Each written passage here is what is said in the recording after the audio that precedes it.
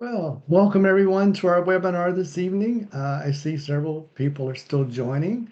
I'm going to give it just a few more seconds because I like to start on time and respect your time as well. If you'd like to say hi in the chat, that'd be great. Of course, if you're watching this recorded, you probably can't do that. So good. All right. Let's go ahead and get started because I want to share my screen and minimize me so we can concentrate on the slides this evening. So I'll bring that up for us as we wait. And here we go. Great. So I want to put myself in the corner over here for a while. Let me know if you can't see my screen. So, okay, good, good. So we're going to start our webinar. Tonight, I'm calling this critical retirement risks that could bring about unwanted financial decisions affecting your future. There are three areas which I've divided the webinar into. It's an income gap. We're going to talk about RMDs, IRAs, and taxes and cost of care. The reason being in my practice, I find this is where people are either lacking education, not sure what to do, have these problems, and not sure what the outcome could be and what to do about them. So we're going to discuss that tonight. So today's goal is really to leave you with at least one clear step, if not more than one, and that's to opt in for an income review with me, look at your Roth and IRA RMDs, and your care protection, meaning long-term care. That's something that people often leave on the table as well. So I am Michael Holt, as I said. I'm the founder of a company called Lifestyle Income Strategies. And if you notice, my name is spelled a little differently. My mother did that, so that's not a typo. So a little bit about me. I am a licensed professional for 23 years. I hold a CLRP and CLTC certification. I'm a professional speaker on various topics. I'm an author and publisher of a newsletter. I am actually trained to be an income and asset protection expert. I'm also very experienced in retirement taxation and annuities. And tonight's presentation is being sponsored by Association of Financial Consultants. That's a 501c3 nonprofit organization dedicated strictly to education. So you can relax tonight. There's nothing for sale, there's nothing to buy. So we'll get started. So the first risk I like to talk about, I classify as income risk. And there's top retirement worries that bleed into that. And this is why. A poll, and there's lots of polls, but they're all about the same. They're telling us that about 64% of Americans are more worried about going broke in retirement than dying. Is that you? I find that to be true with several of my clients. And all of these factors kind of accumulate into one kind of accumulation, which says, I'm worried about high inflation. I'm worried about Social Security not providing ample support or being cut, high taxes, long-term care. All of those could lead into why Americans are more worried about going broke. Let me share this with you a little bit about Social Security to the average earner. Now, this may not be your profile exactly, but typically about 60% of your income is probably coming from a retirement plan, annuities, IRAs, or brokerage account, and 40% from Social Security, which is average. You may have a little bit more from Social Security or a little bit less. But here's what I want you to know about Social Security. And if you haven't heard this in the news already, without changes, by 2033, the Social Security Trust Fund will be exhausted. And that trust fund being exhausted may mean up to 23 reduction in benefits. A lot of people can't sustain that or abate that in any other way. So it's a very serious matter. And that's why we're talking about what I call income risk or an income gap. Now, what you need to know, this is what I tell my clients, that turning part of your retirement funds into a guaranteed income stream can make you feel more secure, getting that monthly check no matter what happens. It doesn't matter about inflation or taxes or wars or what's going on.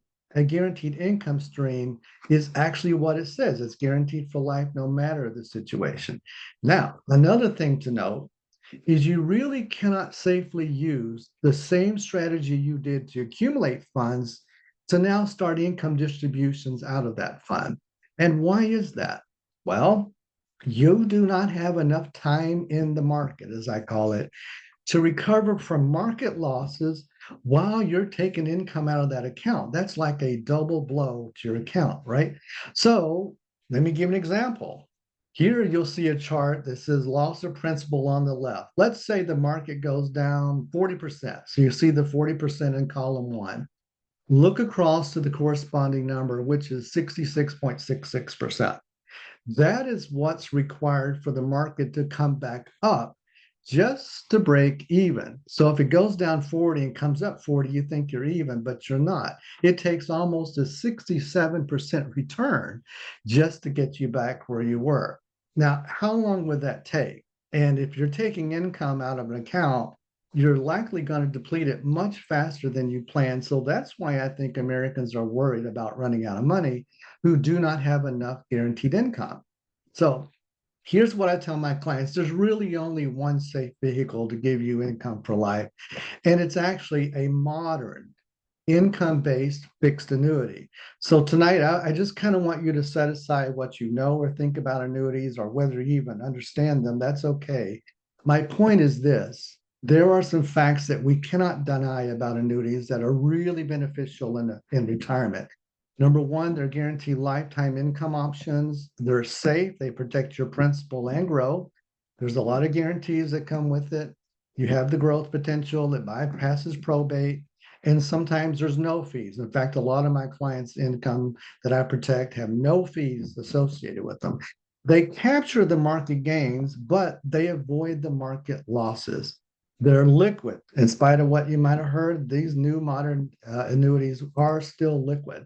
You can transfer the money to heirs, and you can use qualified or non-qualified funds. Qualified meaning 401k, 403b, TSP, or you can just use cash or other sources as well. And these are the sources. So any of these can be used to fund an annuity. So you might find a combination of these things would work for you. And again, we're only talking about part of the income that's going to be provided coming from a portion of your retirement funds, just like Social Security only provides part of your retirement funds, right? So here's what a general rule that I share with my clients, that it's a really good principle to establish guaranteed income to cover at least your basic ongoing monthly expenses. And guaranteed income really in our society comes from typically Social Security, pensions, and annuities. Of course, pensions are a form of annuities anyway, whether you knew that or not. If you've got a pension, you have an annuity behind that. So I'm going to give you just a couple of quick case studies before we move on to the next risk. These are actual clients, so I changed the name. We got John and Kathy, 66 and 65. They need 80,000 a year in income. That's what they want. They are projected to have about 45K in Social Security together, starting at their full retirement age. That's FRA. They need an additional 35,000 in income. So John had 530 in a K in an IRA. Kathy had 450K in an IRA. What we did is we took 250 from John's, 250 from Kathy, and put them into two guaranteed income annuity accounts. What that did for them, it produces a total of 35,000 a year, no matter how long they live. Since we only used a portion of it, that still leaves them almost $500,000 to invest any other way they want. So that's the key. This one's called a guarantee withdrawal option. If you're in or very near retirement, this may work for you, and it gives you that peace of mind. There is another case study I'd like to share. This is Kevin. He's age 58. Now, he's sometime out for retirement, about 10 years.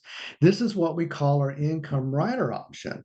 His Social Security is projected to be about 30K when he reaches 68. He's got a pension, but it's about 25K. So that's 55K in guaranteed income, as I call it. But he's still $20,000 short.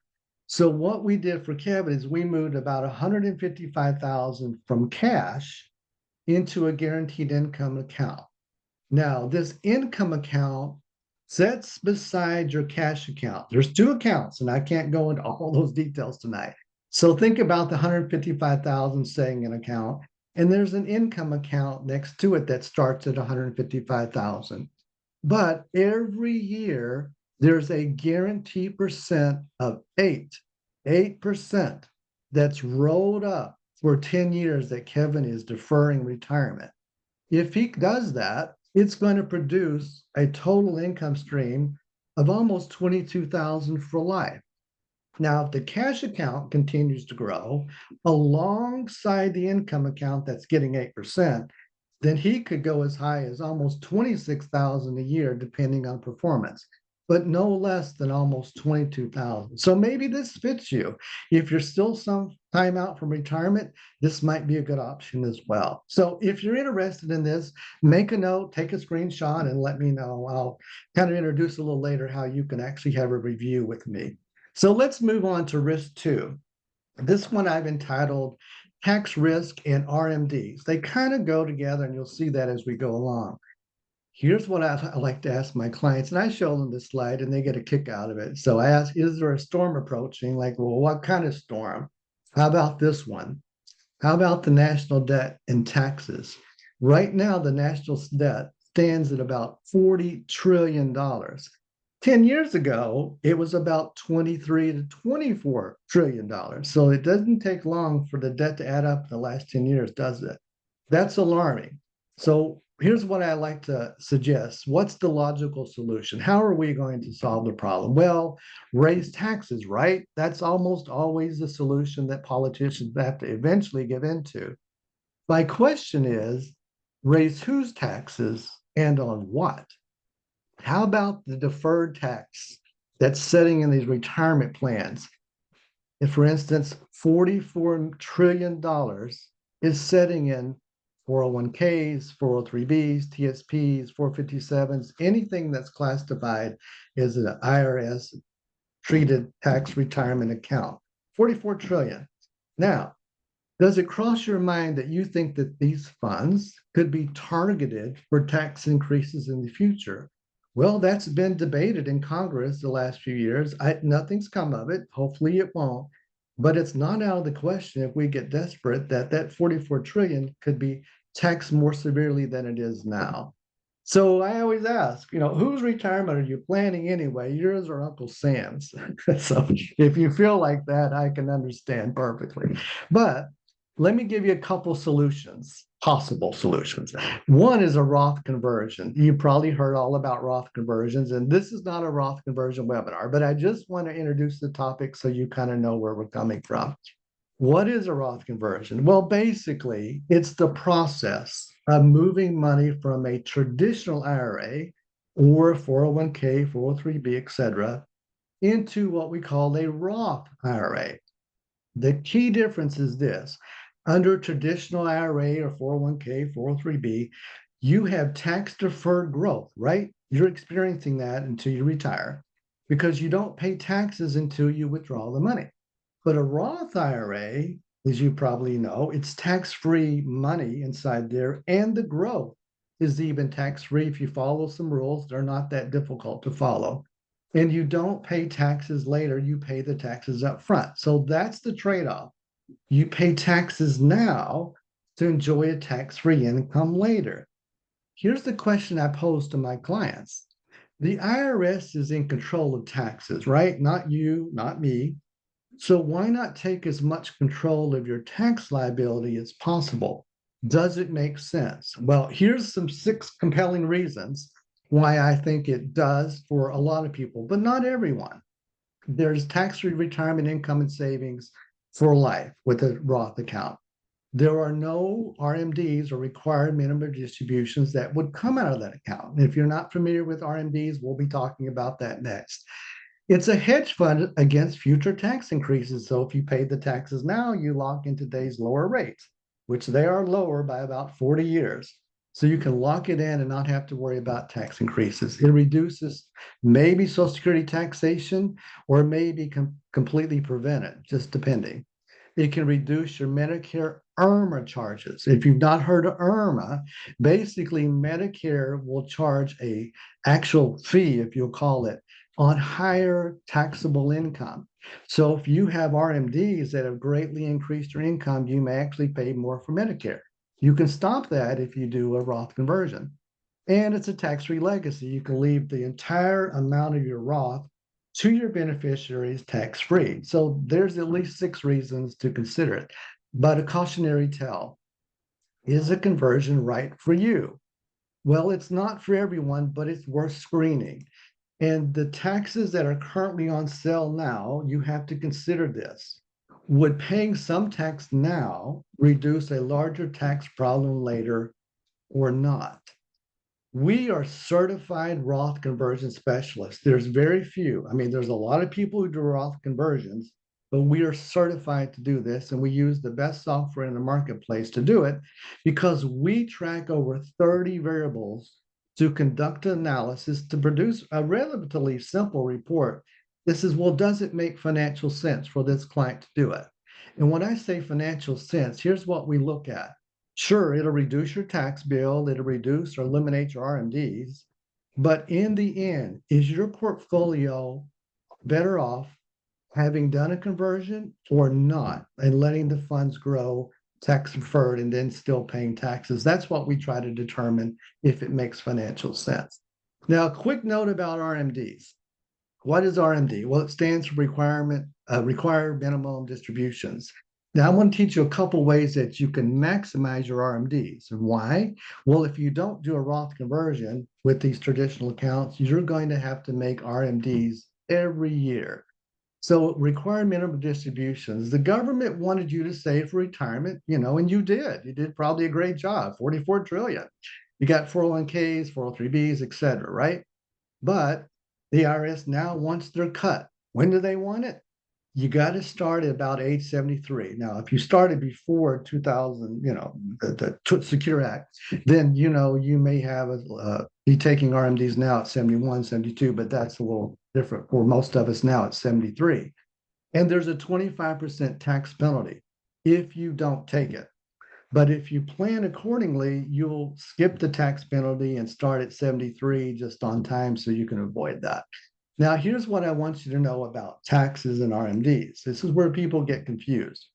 RMDs are 100% taxable as ordinary income. There is no capital gains tax option. So any RMD that you draw out of these counts are taxed at your ordinary income tax rate. Keep that in mind. There is an exception if you use the option of putting in non-deductible, I mean after tax contribution, those withdrawals are prorated. But for 99% of us, just consider that 100% of that RMD is taxable. Now, one other strategy to consider, I call it the RMD guarantee strategy. So what is that? It's really for you and your beneficiaries. And this is how it works. So basically, this strategy still allows you to take your RMD and pay the taxes as required, right? Just as normal. But you can spend or invest the remainder of the RMD money however you see fit. It's your money. You earned it. Take it, use it, spend it. But this strategy will guarantee to leave more to your beneficiaries than your original balance, even if the market tanks 10 years in a row. So how is that possible? Well, I don't have time tonight to explore all of this with you, but if you'd like to know how you can leave more money to your beneficiaries than your original balance, let me know, and I'll show you how you can take advantage of a session with me to talk about that. So make a note of that. So good. Now, last one. Let's talk briefly about long-term care, which no one likes, but I might change your mind tonight after we go through these slides. My questions often come from my clients in two areas. One, is it in my future? Well, the truth is about 7 out of 10 will need long-term care. The real question is, are you one of the 7 or one of the 3? We don't know. Here's an interesting stat for you. 40% of the 13 million people in the US receiving long-term care are between the ages of 18 and 64, relatively young. And I bet if you were to ask them, did they ever think about long-term care, they would probably say no. And just think if you're older than 64, your increased risk is quite substantial for needing long-term care. Here's an important question I want you to consider. Although no one believes that they will need long-term care, when you think about it, don't you think there's at least a chance that something could happen to you? And I ask that because of this. Don't just look at long-term care as a series of risks to you, but look at it as a set of financial and emotional consequences to your family and caregivers. What does it do to them if you didn't plan for any long-term care coverage?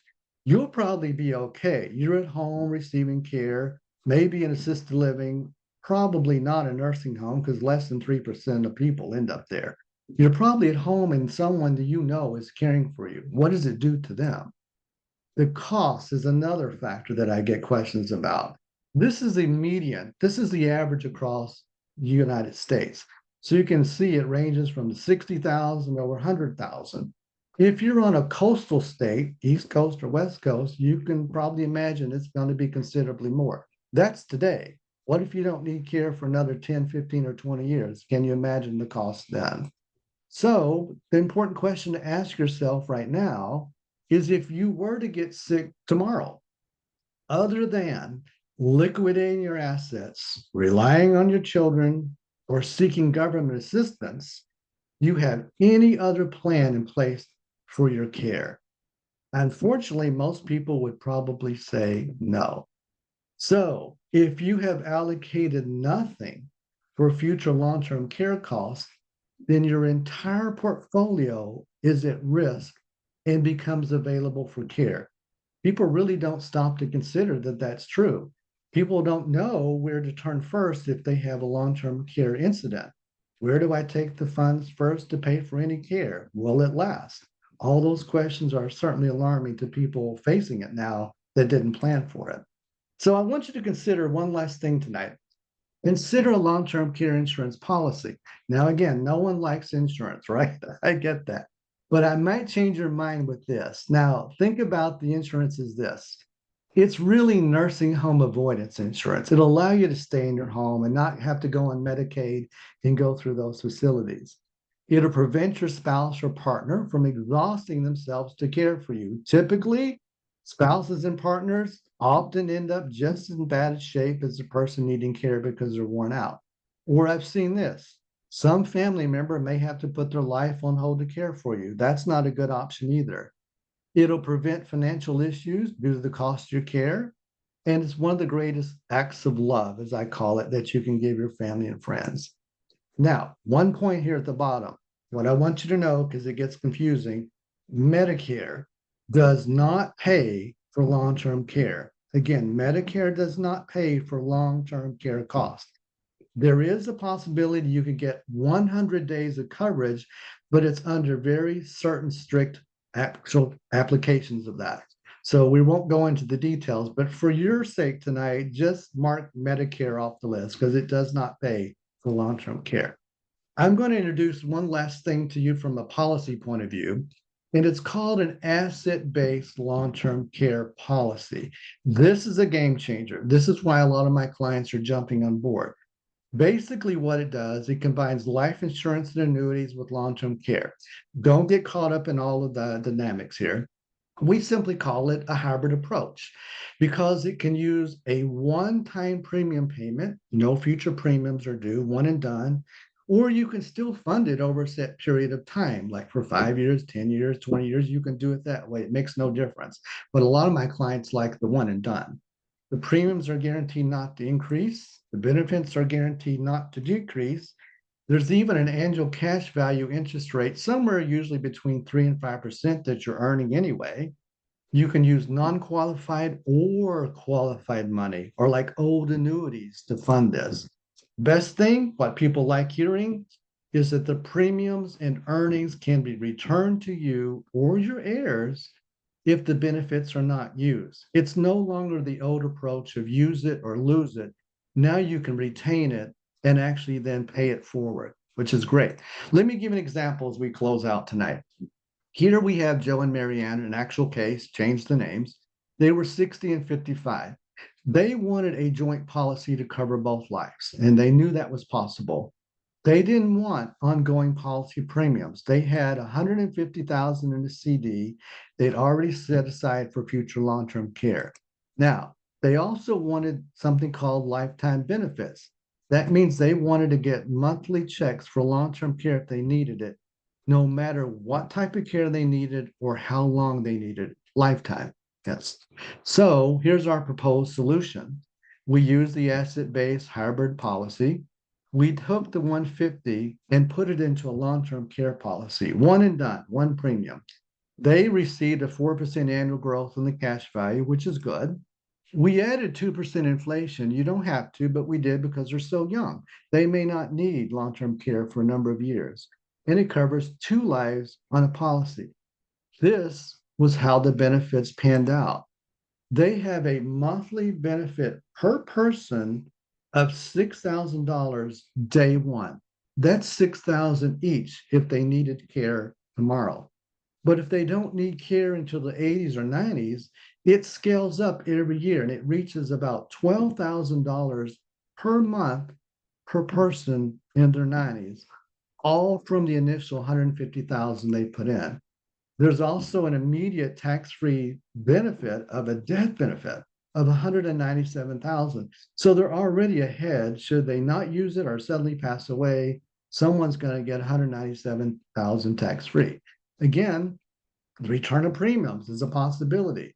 And you can get your premiums back or any remaining cash that's not been used, and you can get it back or it can be given to your beneficiaries. Now, less than 1% of people ever cancel this type of policy. So it's really good for your beneficiaries to know if there's something left, they're going to get it. If you're interested in this, let me know, because again, I'm going to recap. They took 150,000 cash. They put it into the policy. They get unlimited benefits for life. How is that possible? It's called leverage. That's something an insurance company can do right away. You cannot do that. If you self-fund, you have whatever cash you have. It's not leveraged anywhere. So if you have 150, that's all you've got for care. But with an insurance company, this type of policy, as you can see, that can scale up to hundreds of thousands of dollars in benefits. So one last question, and this is something I want you to really consider. Can you think of anything other than the risk of long-term care that could involuntarily wipe out your life savings and take away your independence? I can't. I think that's one of the number one risks that people overlook. It's great that you have a big portfolio, but you need to protect it. So as we wrap up tonight, just to recap, we talked about guaranteed income planning to meet retirement goals, right? We talked about taxes on qualified funds and RMDs, and the two tax strategies were Roth conversions or that RMD guarantee strategy as well. And then we talked about long-term care planning. Those are 3 very serious risks that I always like to educate my clients on. So if you'd like to talk about this with me, you are more than welcome to set up a meeting on my calendar. There is the link, or it's in the chat box if you can get to chat. It's calendly.com/LI strategies. That's my company, Lifestyle Income Strategies/discovery. So that'll go directly to my calendar. You'll only be meeting with me. And again, there's no strings attached, no fees. We just call it a discovery meeting to see whether or not I can help you. So, ladies and gentlemen, thank you so much for attending the presentation tonight. I look forward to hopefully hearing from you soon. Have a great evening and take care. Bye-bye.